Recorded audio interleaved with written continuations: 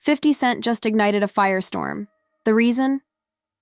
Donald Trump's shocking suggestion that he might consider pardoning Sean Diddy Combs.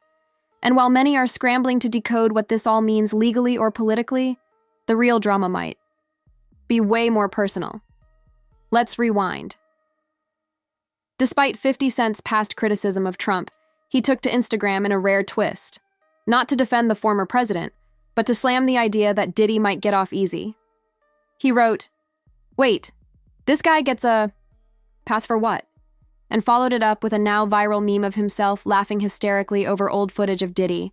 If it sounds petty, that's because it is. But this isn't just petty for the sake of drama. This is decades of tension boiling over in one Instagram post. Act 1. The announcement, it all started when Trump, in a surprise interview, was asked if he would consider pardoning Diddy, who is currently facing charges of sex trafficking, racketeering, and transportation for prostitution. Trump didn't say yes, but he didn't say no either. "I haven't been asked," Trump said, "but I'd look at the facts. If someone's been mistreated by the government, whether they like me or not, I would absolutely consider it." Cue the internet melting down. This wasn't just another Trump moment. This was Diddy, hip-hop mogul, billionaire, cultural icon, a man entangled in enough scandals to warrant a Wikipedia subsection, from financial disputes to disturbing allegations of abuse, some still under federal investigation, and Trump stepping into this particular mess. Let's just say it didn't land quietly. Act 2, 50's explosive response. Within an hour, 50 Cent responded, fast and furious. But the backlash wasn't just about Trump's involvement, it felt way more targeted. For 50, this wasn't a political issue. This was personal. Long before this pardon circus, 50 and Diddy have traded jabs for years.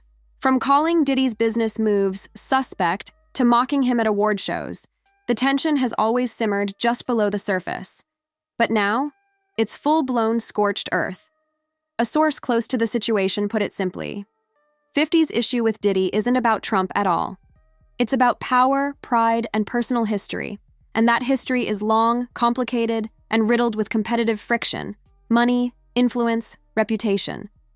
In short, a decades-long hip-hop Cold War that's finally gone public. Act 3. Trump's strategy. Or something else. So why is Trump dangling the idea of a pardon in the first place? Let's not forget, this wouldn't be his first eyebrow-raising pardon. From Steve Bannon to Kodak Black, Trump has made a habit of using pardon power like a flex. And some believe Diddy could be next, not because of justice, but because of politics. It's the checkers move before the chess game. One viral tweet said, "Trump knows Diddy is a cultural force. A pardon could be seen as a strategic appeal to the hip-hop community, or a way to stir headlines, rally engagement, or, as some suspect, send a not-so-subtle signal. You used to like me, Diddy. Maybe you should again." And in classic Trump style, he laid the groundwork for a possible future flip, saying, "He used to really like me, until I got into politics." Translation, kiss the ring, and we'll talk. Act 4. The backroom buzz behind the scenes. Speculation is flying. Political insiders say no formal request for a pardon has been made. Yet. But Trump hinted someone might be close to making that ask. Some legal analysts believe his comments are part of a broader trial balloon, testing public reaction before making a move. Meanwhile, lawyers in Trump's circle, including those connected to other high-profile defendants like Hunter Biden and the Chryslers, are staying suspiciously quiet. No one's confirmed anything, but the silence is loud. Act 5. Why this moment matters for 50 Cent. This isn't just about legal technicalities. It's about public perception, hypocrisy, and personal branding. Diddy has long aligned himself with progressive causes, justice reform, and anti-establishment ideals. For him to benefit from a Trump pardon? It could reek of contradiction, and if there's one thing 50 Cent loves more than memes, it's calling out what he sees as hypocrisy in high places. His post wasn't random. It was a targeted strike, meant to remind the world who Diddy really is, or at least who 50 thinks he is. The feud between 50 Cent and Diddy is not just a hip-hop beef. It's a multi-decade clash between two moguls who have never been content with merely sharing the spotlight. With Donald Trump's shocking announcement that he may pardon Diddy, despite an avalanche of allegations, this ongoing rivalry has found fresh fuel. Yet to truly understand the heat behind 50 Cent's scathing reaction to the news, you have to rewind the tape, not just to their beginnings in the music industry, but to the DNA of their very identities as cultural titans. This isn't new. This is legacy warfare. Origins of the fire in the early 2000s, Diddy was already music royalty, founder of Bad Boy Records, platinum-selling artist, fashion mogul, and nightlife king. His signature dance moves, slick suits, and constant reinvention made him one of the most visible and powerful figures in entertainment. By contrast, 50 Cent burst onto the scene as the bullet-scarred underdog, fueled by raw energy and co-signed by Eminem and Dr. Dre. His 2003 debut album Get Rich or Die Tryin' wasn't just a smash hit. It was a declaration of war on mediocrity, compromise, and the existing order. That order included Diddy. From day one, 50 didn't play nice. While other newcomers tried to navigate the politics of hip-hop diplomacy, 50 started firing shots, literally and lyrically. One of his early targets was Diddy, whom he accused of being inauthentic, flashy, and exploitative. On the surface, it seemed like 50 was just being provocative. But as the years unfolded, it became clear that this was personal. Diddy wasn't just a rival. He was the establishment 50 wanted to upend, from subtle shade to open warfare. The tension simmered in interviews, tweets, and behind-the-scenes industry whispers. One of the first public moments of friction came when 50 mocked Diddy for dancing. Too much in his music videos, what seemed like harmless trolling was really a jab at Diddy's showbiz persona, which 50 painted as superficial and outdated. Over time, the insults grew sharper. In 2016, during a radio interview, 50 flat out accused Diddy of exploiting his artists. He's not doing nothing for them. Everybody that works with him ends up broke. Whether or not this was true, it struck a nerve in the industry, reigniting the long-standing conversation about Diddy's alleged habit of dropping artists after their commercial peak. While Diddy rarely engaged publicly, insiders say he paid attention, and he didn't forget. Then came the vodka wars. Liquor, legacy, and low-blows business rivalries between hip-hop moguls aren't new, but few have been as entertaining or venomous as 50 versus Diddy in the spirits industry. Diddy's Ciroc vodka deal was a major success, rebranding the liquor as a premium lifestyle drink that dominated club culture. Diddy was proud of it and let everyone know, but 50 wasn't having it. When he launched Effin' Vodka, he didn't just try to sell a drink, he declared war. He labeled Ciroc as puffy juice, mocked Diddy's commercials, and even filmed a now infamous video pouring out a bottle of Ciroc, saying nobody should drink that garbage. This was no longer just about music. This was empire building. By insult.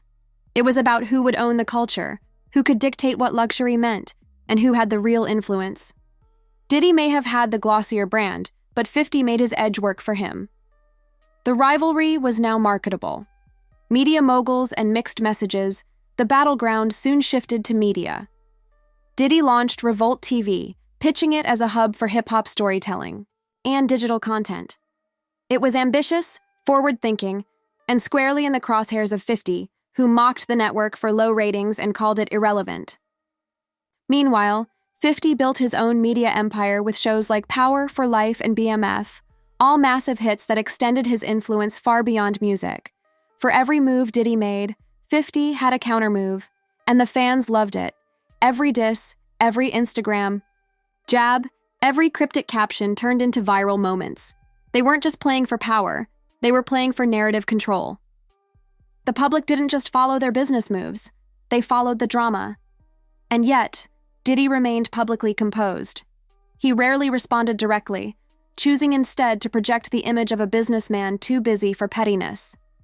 Whether it was calculated or genuine, this restraint often allowed him to appear above the fray, while 50 played the role of relentless antagonist.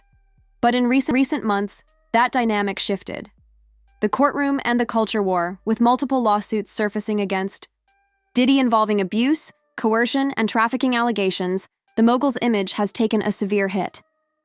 Even his most devoted fans have had to grapple with disturbing claims and leaked footage, including the now viral video of him assaulting Cassie in a hotel hallway.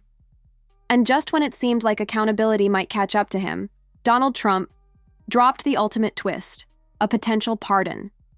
That's when 50 erupted. His reaction wasn't just political, it was personal. Trump's potential move was seen by 50 as another example of how Diddy escapes consequences while continuing to flex his power. It was an insult layered on top of decades of frustration. If he gets pardoned, what message does that send? 50 implied. That Diddy's above the law? That all of this was for nothing? The outrage made headlines, but the subtext was clear. 50 doesn't just want Diddy out of the game. He wants his legacy dismantled, the power play beneath it. All this feud has lasted because it's never been about one thing. It's about everything: money, power, pride, style, respect, and legacy. When Cent plays the villain because it works for him, his career is built on aggression, unfiltered truth, and a refusal to bow to anyone. Diddy, on the other hand, plays the mogul, suave, untouchable, and always 2 steps ahead. They are opposing archetypes, the street-smart tactician versus the high-gloss icon, but both need each other. Their feud isn't just entertainment, it's branding. It keeps them in the headlines. It allows them to position themselves as alpha, figures in a world where cultural capital is the ultimate currency. Their names stay hot not just because of what they've built, but because of who they're fighting, and the public eats it up. The real question: can there be peace? Is reconciliation even possible between 2 men who've made their feud part of their identity? Probably not. This isn't Drake and Meek Mill.